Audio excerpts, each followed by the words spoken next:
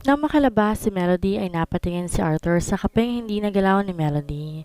Napangiti siya at saka napasandal sa sofa. Hindi niya inaasahan na masasaktuhan niyang narito siya sa mansyon at malalaman ang balitang ito. Looks like another part of the family is coming. Masayang tura nito. Mukhang matatagalan ang bakasyon niya rito. Nang maiwan naman sila ni Epifanio, sabay-sabay na napabuntong hininga ang tatlo. Ang huling tinanong ni Melody ang siyang pinakamahirap ipaliwanag at sagutin na tanong dahil hindi nila alam kung makakaya ba nito ang katotohanan. Sa tingin niyo ba dapat sinabi na natin? Tanong ni Epifanio sa dalawang kasama. Napakuyom ang kamao ni Atlas na si Athena ang naging solusyon kaya siya gumaling? Sinabi mo ba na dapat na tinabuntis ni Kuya si Athena? Na ang gabing maaksidente sila Mommy ay hindi talaga aksidente kundi sinadya yun ni Mommy dahil ayaw ipalaglag ni Athena ang batang nasa sinapupunan nito? Stop it! Baka mamaya may makarinig sa'yo. Pagsaway ni Luhan. Ang hindi nila alam, mula sa veranda naroon si Athena nakikinig sa kanilang pag-uusap. Nakahawak to na mahigpit sa riles ng veranda habang tumutulo ang kanyang mga luha. Naramdaman niya ang pagyakap na isang bisig sa kanyang likuran at alam niyang si Vito ito. Hush, I'm here. Bulong nito at sa kanya to niyakap na mahigpit. Kaya karapatan niyang maging sa kanya si Apollo dahil simula pa lang sila naman talaga. Ngunit hindi yun matanggap ng mommy nila. Hindi nito matanggap dahil para dito ay magkapatid sila ni Apollo. Kinabukasan, gulat si Melody na makita si Apollo na maagang gumising at tila walang nangyaring kakaiba o hindi maganda simula kahapon. Nagawa pa siya nitong batiin ng good morning, tsaka hinalikan sa labi. Hindi niya lalong maintindihan ang nangyayari sa mga oras na yon. Nagpapanggap ba itong walang nangyari o sadyang hindi lang ito maalala? He seems good at all. It's boy's best time, kaya maaga akong nagising. Buti na lang naalala ko pa kahit medyo pagod tayo kahapon. Sambit nito habang nagbobotones ng polo shirt. Napatingin tuloy siya sa kanyang cellphone at tinignan ng date. It's Saturday. Ang bonding nga nila Apollo at ng kambal ngayong araw. Napasampal siya sa kanyang noo dahil mukhang siya nga ang nakalimot. Ihahanda ko na po ang mga gamit ng kambal. Akmang babangon siya mula sa pagkakaupo nang kaagad naman siyang pinigilan ni Apollo. No need. Hope already packed their things. Magpahinga ka na lang o kung gusto mo, sumama ka sa amin. Napailing si Melody. It's a boys bonding. Hindi ako po pwedeng sumama sa inyo. Naalala ko rin mamimili ako sa mall at isasama ko si Hope. Okay, see you later and don't forget to eat breakfast first bago kayo umalis. Hinalikan siya ni Apollo sa labi. I know Athena is here but don't worry dahil babandan ka ni Epifanio. You're safe. Dugtong pa nito na siyang kinatango niya. Lumabas na si Apollo at sumunod naman dito si Melody pero hindi niya pinahalatang natetensya o tila kinakabahan. Pakiramdam niya kasi ay may mali. Pakiramdam niya may hindi tamang mangyayari. Habang pababa si Apollo, nasa baba rin ng kambal. Binati pa nito si Epifanio habang nakangiti rin. Lalo siyang napakunot ng noo. Dahil kitang-kita niya kay Epifanio na para bang walang nangyari kagabi. Napahilot siya sa kanyang sentido. Ano ba tong nangyayari? Siya ba ang nawawala sa sarili? Panaginip niya ba ang lahat ng nangyari kagabi o gawa-gawa lamang ng isip niya? Kung isa to sa mga sintomas ng pagbubuntis niya, hindi niya yata tama ang kanyang mga nararamdaman. Masyado nang exaggerated ang kanyang mga naiisip. Baka kalaunan siya pa ang matuluyang mabaliw. Muli siyang tumingin kay Epifanio at narinig niya ang tunog na papaalis sa sasakyan. Hudyat yon na wala na si Apollo. Mabilis siyang bumaba at kaagad na hinarap si Apollo. What the fuck is happening? Sabihin mong totoo ang lahat ng nangyari kagabi. Tila natataranta naman niyang tanong kay Epifanio. Calm down. Hinawakan siya ni Epifanio sa balikat, saka giniya patungo sa sofa at pinaupo. Here, uminom ka muna ng tubig. Halatang masyado kang natatense. Sabay abot nito na isang basong tubig. Kinuha niya yon saka dali-daling ininom. Nang matapos ay kaagad siyang humarap ng maayos kay Epifanio habang nanginginig ang kanyang dalawang kamay. Napapadalas din yata ang pagkanerbiyosa niya. What? Tell me, Epifanio.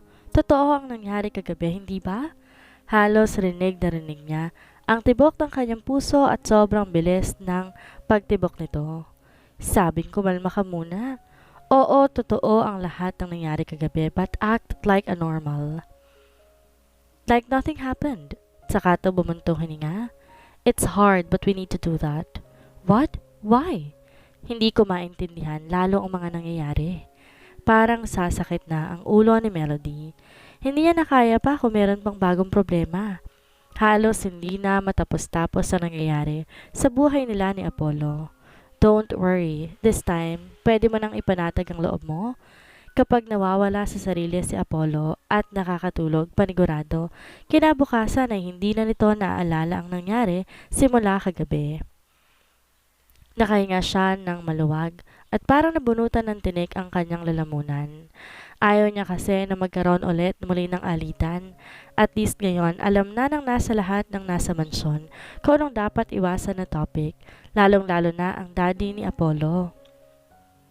Napatingin siya sa buong sala at napansin na silang dalawa pa lamang ang naroon.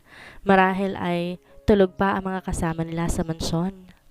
Bigla ay sumagi sa kanyang isipan ang sinabi ng daddy ni Apollo na marami pang pagsubok ang darating sa kanilang buhay mag-asawa. Naalala niya ang kambal niyang anak. Teka, ang mga anak ko, baka mamaya may masabi sila kay Apollo. Kinakabahan na naman niyang sambit. Nakausap ko na sila. Bilib ako sa kambal ninyong anak. Talagang matalino at manang-mana kay Apollo. Mabilis na napakunot ng noo si Melody. Niyong, what do you mean? Anong alam mo? Saka siya napanunok. Napataas naman ang kilay ni Epifanio, saka sandaling natahimik na mapagtanto niya kung anong salita ang kanyang ginamit. Hay, ano ka ba, Melody? Anak niyo ni Apollo. Ayoko lang magkamali ng bibigkasin at baka mamaya may masabi pa ako. Baka marinig niyang di ko tinuturing na anak niya ang kambal. Dapat lang, maging mas maingat tayo para hindi na ulit mangyari ang nangyari kagabi. Sabay ininom ni Epifanio ang tubig na nasa baso ni Melody. Parang siya tuloy ang aatakihin din sa puso. Napatango naman si Melody. Tama ka, tumayo naman si Epifanio. Sige, mag-aasikaso na rin ako. Sabi ni Apollo, pupunta ka sa mall at dapat kasama ako. No need, kasama ko naman si Hope. No, don't be hard-headed. Magagalit si Apollo kapag nalaman niyang pinabayaan kita mag-isa. Gusto mo bang maulit ang nangyari kagabi? Mabilis na umiling si Melody. Ayoko. Hanggat maaari, wag sana mangyaring ganon kahit kailan. Bakas pa rin sa boses niya ang pag-aalala para kay Apollo. You're right. Kaya kailangan kasama ko. Tsaka gusto ko rin gumala. Nakangiti nitong sambit. Para naman tong biglang may naalala. Baka pwedeng si Grace na lang isama mo? Parang nagmamakawa pa nitong sambit sa kanya habang nakanguso pa. Kaagad na alibadbaran si Melody sa itsura ni Epifanio. Stop it! You look like an alien. Natatawa niyang pangaasar dito. Ay grabe siya, napaka-judgmental mo naman. Dali na kasi, Melody. Si Grace na lang para magde-date din kami. At nag-beautiful eyes pa ito. Binato niya ito ng unan. Oo na, tigilan mo lang yung pagpapakute mo, mukha kang alien. Singhal niya rito. Yes! Malakas na sigaw nito at naglakad na patungo sa itaas habang parang batang patalon-talon at tila may invisible ring sa harapan, umaakmang magsushoot ng bola. Naiiling na lang si Melody habang nakangiti. Patungo na si Melody sa kanyang kwarto nang marinig niya mahinang mga halinghing at ungol. Hindi dahil sa chismosa siya kaya nakuha nito ang atensyon niya, kundi dahil sa tingin niya nanggagaling to sa dulong kwarto kung saan naroon ang nursery room. Walang ibang magkarelasyon dito bukod kay Athena at Vito, at imposible din namang sinaluhan or Epifanio ang narito dahil hindi nito magagawang bastusin ang mansyon. Ang sa tingin niya ay pag-aari niya. Mabilis siyang naglakad patungo rito at pakiramdam niya, umaakit ang kanyang dugo sa kanyang batok, at tama nga siya ng hinala. Naabutan niyang walang damit si Athena at Vito habang nasa ibabaw to ng kama at gumagawa ng milagro. What are you doing here? Malakas niyang sigaw sa dalawa dahil kaagad siyang nilukob ng galit. Hindi naman nagulat ang dalawa. Siya na lamang ang nag-iwas ng tingin dito dahil pakiramdam niya. Hindi ang mga ito nakakaramdam ng hiya. Lalo na si Athena na basta na lamang naglakad at tumayo sa kanyang harapan habang nakahubad na para bang walang nangyari. Good morning, Mrs. Luxerio. Nakangiting bati nito sa kanya, hindi kalayuan sa kanyang pwesto. What are you doing here? Tanong din ito. Ikaw ang tinatanong ko. Tinatanong kita kung anong ginagawa niyo rito. Nagpipigil siya ng kanyang sariling wag itong saktan. Tumingin si Athena kay Vito at bumalik din ang tingin kay Melody. Nakita mo naman ang ginagawa namin ni Vito, hindi ba? Taas noon itong tugon. Storbo ka nga eh. Papunta na kami sa langit na udlot pa. Dugtong pa nito. Napangisi siya at saka nakapamewang na hinarap si Athena. This is not your room. May sarili kayong kwarto. Bakit hindi niyo doon gawin ang gusto niyong gawin? Hindi yung binababo niyo pati ang kwarto ng anak ko? Napabuka ang bibig ni Athena na para bang gulat, tsaka malawak ng ngumiti dalang totoo hindi siya nagulat dahil mas gusto nga niyang asarin pa si Melody. Anak? Sinong anak, Melody? Can't you see this is a baby girl's room? May babae ka bang anak? Piloso pong tugon ni Athena. Napakayom ng kamao si Melody. Pakiramdam niya ginawa ng katatawanan at kabastos-bastos ang kanyang namayapang anak. Ayaw niyang patulan si Athena. Ayaw niyang magkaroon muli ng gulo pero kung patuloy pa tong sasagot ng hindi niya gusto, hindi niya masisiguradong kaya niya pang magtimpi dito. Naglakad si Melody patungo sa pintuan at binuksan ito ng malaki. Nang tingnan niya si Vito, nakasuot na to ng pantalon, habang tila wala sa mood ang itsura nito na para bang hindi nito gusto ang nangyayari. Dito, pumasok sa isip niyang marahil ay kagustuhan lamang to ni Athena upang inisin at galitin siya. Baka pwedeng tapusin mo na namin ang hindi namin natapos. After all, hindi naman sa iyong mansyon na to. Sa amin pa rin ito. Ampon man ako pero Luxerio pa rin ang apelidong daladala ko. Tila may pagmamalaki nitong tugon. I know na Luxerio ka pa rin at hindi naman kita tinatanggalan ng karapatan. Ang gusto ko lang huwag niyo ritong gawin ang ginagawa niyo kanina. Pilit niyang pinapaintindi kay Athena ang gusto niyang iparating. After all, hindi ba kayo nahihiya? This is my daughter's room, kaya please lang. Ah, yung anak mong namatay? Athena, stop. Boses yun ni Vito. Paano kung ayaw naming umalis at mas gusto namin na dito tapusin ang nasimulan namin? Maganda kasi ang ambience dito eh. Ano, magsusumbong ka kay Apollo? Go on, para mabaliw siya lalo. Melody, take a deep breath.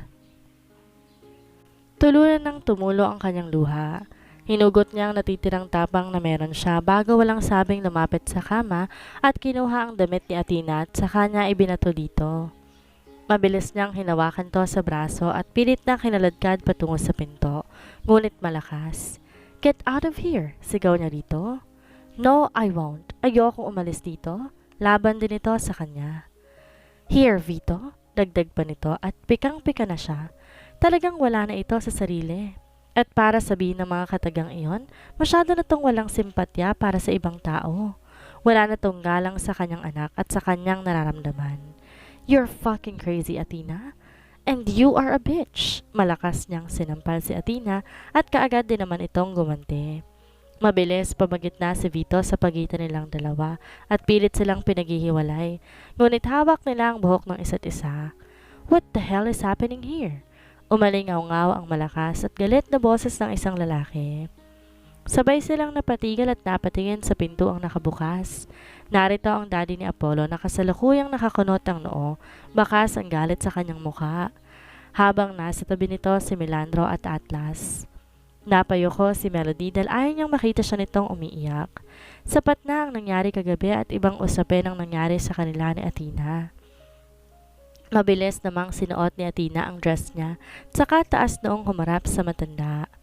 Nagtangis ang kanyang mga ngipin dahil sa galit. Dapat nagawa niya pang saktan at itulak si Melody para mas malasahan ito ang sakit at para makaganti man lang siya kahit papaano. Anong ginagawa niya at nag-aaway-away kayo dito? Sigaw muli ni Mr. Arthur. Hindi na kayo nahiya sa mga sarili ninyo? Kakababae yung tao, hindi niya naginalang ang pamamahay na to. Hindi makapagsalita si Melody at tahimik lang na umiiyak. Habang si Athena nakita niya na tumango ang matandang Luxerio sa kanya kaya lihim siyang napangiti. Si Melody pong nanguna, Daddy. Sinugod niya kami rito ni Vito. Gusto lang naman namin na tingnan ang kwartong ito dahil ngayon ko lang napansin na bukas na pala ang dating saradong kwarto na ito. Parang nagpapaawang paliwanag pa ni Athena. Napatingin si Melody kay Athena, tsaka siya napakuyom ng kamao. Hindi yan totoo. Napakasinungaling mo. This room is for my... Tama na. Tumigil ka na, Melody. Huwag mong sasagutin ng ganyan ng anak ko. Dahil sa inyong dalawa, siya ang mas may karapatan dito sa mansyon. Nanlaki ang mga mata ni Melody habang tuloy-tuloy lamang ang pagtulo ng kanyang luha. Pero nagsisinungaling po siya. Siya po ang nauna at hindi na iginalang. I said stop. Ayoko nang marinig pa ang paliwanag mo. Athena and Vito, go to your room, now. Napangiti naman si Athena dahil alam niyang siya talaga ang kakampihan ng matandang yon. Ano ang magagawa niya? Utu-utu ito. Kawawang Melody. Mabilis nilang nilisan ni Vito ang kwartong iyon. Sumunod na umalis ang daddy ni Apollo at si Melandro. Tanging si Atlas lang natirang kasama niya. Mas lalo tuloy siyang nakaramdam ng awa para sa sarili at galit para kay Athena. Ito na ang mali, pagkatapos ito pa ang kakampihan? Sana man lang inalala nito ang dahilan ng kanilang away, hindi yung one-sided lamang ang naririnig nitong paliwanag. Ihahatid na kita sa kwarto. Di na natapos ni Atlas ang kanyang sasabihin dahil kusa nang naglakad si Melody habang papalabas ng kwarto. Ngunit nakailang hakbang pa lamang siya ay nasa kalangitan pa lang ng hallway nang magsimulang manlabo ang kanyang paningin. Pilit niya tong nilalabanan, ngunit pakiramdam niya, umiikot din pati ang kanyang paligid. Melody, are you okay? Dinig niya pang tanong ni Atlas. Ayaw niya tong makita o makalapit pa sa kanya. Kaya naman sinubukan niya pang magpatuloy sa paglakad hanggang sa napadikit at napakapit na siya sa dingding. Unti-unti na rin nanlalambot ang kanyang tuhod. Melody! Sigaw ni Atlas. Mabilis tumakbo si Atlas upang saluhin si Melody na makita niyang nawala na to ng balanse at napakapit na at nakapikit na rin ang masalo niya ito. Niyugya ang balikat nito habang tinatawag ang pangalan ngunit wala itong response. Pinakiramdaman niya ang paghinga nito sa ilong at nawala ang takot niya nang maramdaman niya mula sa daliri ang hangin na lumalabas at pumapasok dito. Melandro, Epifanio, help me! Melody passed out. Malakas niyang sigaw na tiyak maririnig hanggang sa ibaba ng mansyon. Habang buhat-buhat niya si Melody sa kanyang bisig, hindi pa rin mawala sa kanyang dibdib ang kaunting takot. Halos mapamura na siya sa kanyang isipan habang nakatitig sa walang may na mukha ni Melody. Daling natin siya sa ospital, sambit ni Atlas na makalapit si Epifanio at Melandro. Hindi pwede, sabay na sagot ng dalawa. Napapunas pa si Atlas sa kanyang mukha na puro bula dahil kasalukuyan silang naliligo nang marinig niya ang malakas na katok mula sa pinto. Bakit? Anong meron? Kung hindi natin siya dadalhin sa ospital, mas maganda siguro kung tawagan mo na si Apollo. Mas lalong huwag dahil malaking gulo na naman to. Tugon naman ni Melandro. Dalhin muna natin siya sa kanilang kwarto at pagkatapos ako nang bahalang tumawag kay Dr. Izzy sa restaurant ni Atlas. At tatapusin ko na rin ang pagligo ko. Sinunod naman ni Atlas ang sinabi ni Epifanio. Kahit puno siya ng pag-aalala at takot, ay nagawa niya pang mabuhat ito kahit papaano. Sa katunayan ay gustong-gusto ka niyang tawagan si Apollo, pero paulit-ulit naman pinapaalala sa kanya ni Melandro ang malaking gulo na maaaring maganap. Si Melandro na rin ang nagpaalam sa kanilang daddy nang nangyari kay Melody. Katulad niya ay isinadjust itong isugod na sa ospital. Ngunit nanahimik din katulad ni Atlas nang malaman ng dahilan kung bakit hindi maaaring dalhin doon si Melody. Ano ba kasing nangyari? Para bang sumasakit na ang ulo ni Epifanio. Pakanta-kanta pa ako sa shower room at ini-enjoy ang malamig na tubig. Pagkatapos ay ganito na pala ang nangyari sa kanya. Kung hindi ko pa talaga nakalimutan ng boxer shorts ko, hindi ko pa malalaman na kumatok na pala si Melandro. Hindi ko alam ang buong istorya, ang alam ko lang, nag-away sila ni Athena. Napasampal sa noo si Epifanio. Nako, malaking gulo nga to. Mapapatay ako ni Apollo dahil hindi ko nabantayan ng maayos si Melody. Nakuha ni Epifanio ang atensyon ni Atlas. At ano naman ang kinalaman mo? Bakit niya pinabantayan?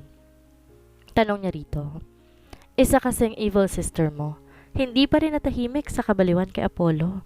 Alam mo bang nagpakabit pa ng CCTV sa opisina ni Apollo para lang malaman niya ang bawat kilos at galaw nito? Napakuyom ng kamoo si Atlas habang nakatingin sa maamong mukha ni Melody. Talagang nanganganib ang buhay nito. Mukhang kailangan nilang kumilos ng mas mabilis bago pa may magawa si Athena na ikagagalit ng lahat.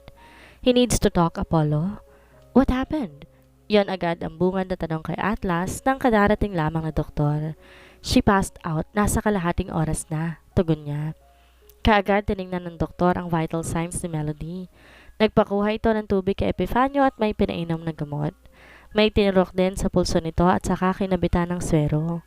Naguguluhan siya sa nangyayari dahil tila alam ng doktor na ito kung ano na ang nangyayari kay Melody. Di naman niya magawang magtanong, lalo pa tila ayaw pa din itong sumagot sa mga katanungan dahil napapansin niyang madalas itong umiwas. Hindi din pwedeng maabutan ni Apollo si Melody sa ganitong sitwasyon. She needs to wake up before it's too late. Nang lumabas si Epifanio, nagkaroon siya ng oras upang makausap ng maayos at masinsinan ng doktor. What happened to her, Doc? May sakit ba siya? Bakit kailangan kabitan ng swero? Sunod-sunod niyang tanong. Napabuntong hininga ang doktor. I'm sorry, dahil bukod sa pasyente, sa magulang nito at sa asawa, wala na ako iba pang pagsabihan ng kanyang kondisyon. Hopefully you understand that? Tugon nito pero hindi siya basta tatahimik lang. I need to know, doktora. Bago pa malaman ni Apollo, mas kailangan kong malaman. Hindi siya pwedeng makita ni Apollo sa ganitong sitwasyon. Sobrang laking gulong maaaring mangyari. Baka sa kanyang boses ang pagkabahala. Kaya please, doktora, kahit sa akin mo lang sabihin, para din maprotektahan ko ang dapat kong protektahan sa kanila. Tinitigan ni Dr. Izzy ang lalaking nasa harap niya, ganon din si Melody. Hindi na naman gustong ilihim ngayon, ngunit kung ang kagustuhan ng kanyang pasyente, and she is at risk right now. Napakatigas kasi ng ulo. Alright, pero bago yon, ipanatag mo muna ang loob mo dahil natutulog lamang sila at nagpapahinga. Sambit na lamang nito, tsaka kumuha ng papel at isinulat doon ang isang kasunduan at sa kanya pinirmahan. Na nangangako itong mananatiling sa kanya lamang ang impormasyong kanyang sasabihin. At kung sakaling malaman to ng iba na walang pahintulot, ay maaari silang kasuhan at ikulong.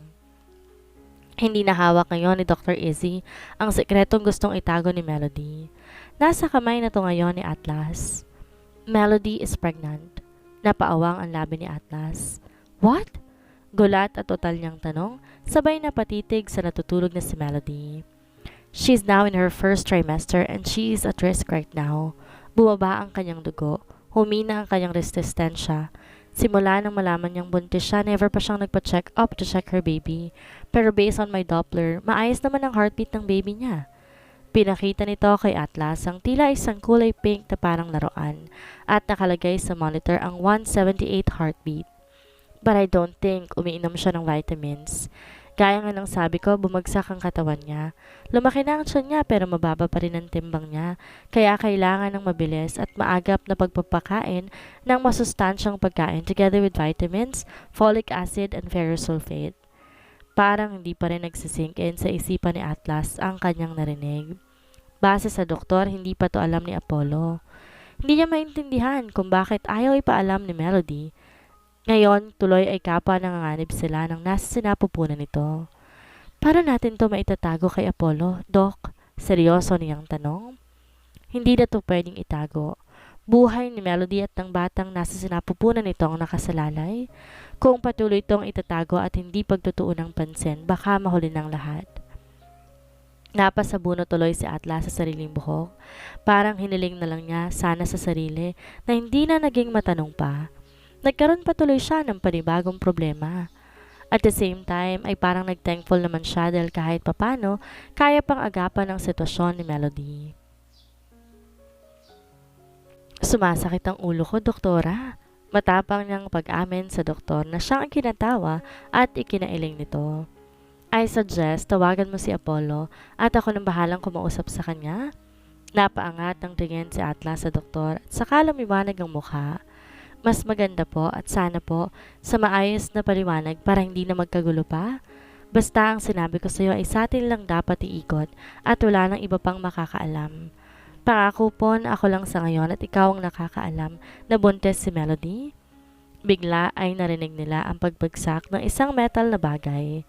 Sabay silang napatingin sa pintuan at naroon si Epifanio, nakatayo at may hawak na pinggan at ang nalaglag ay ang kutsara nito. Nagutom ako eh, kaya kumuha muna ako ng pagkain. Sabay natatarantang pinulot nito ang kutsara at saka mabilis na lumapit sa kanila. Pero, totoo ba ang narinig ko? Buntis si Melody? Mahinang tanong nito at halos pabulungalang at tila ba isang tsismoso. Napasampal sa noo ang doktora, pati na si Atlas.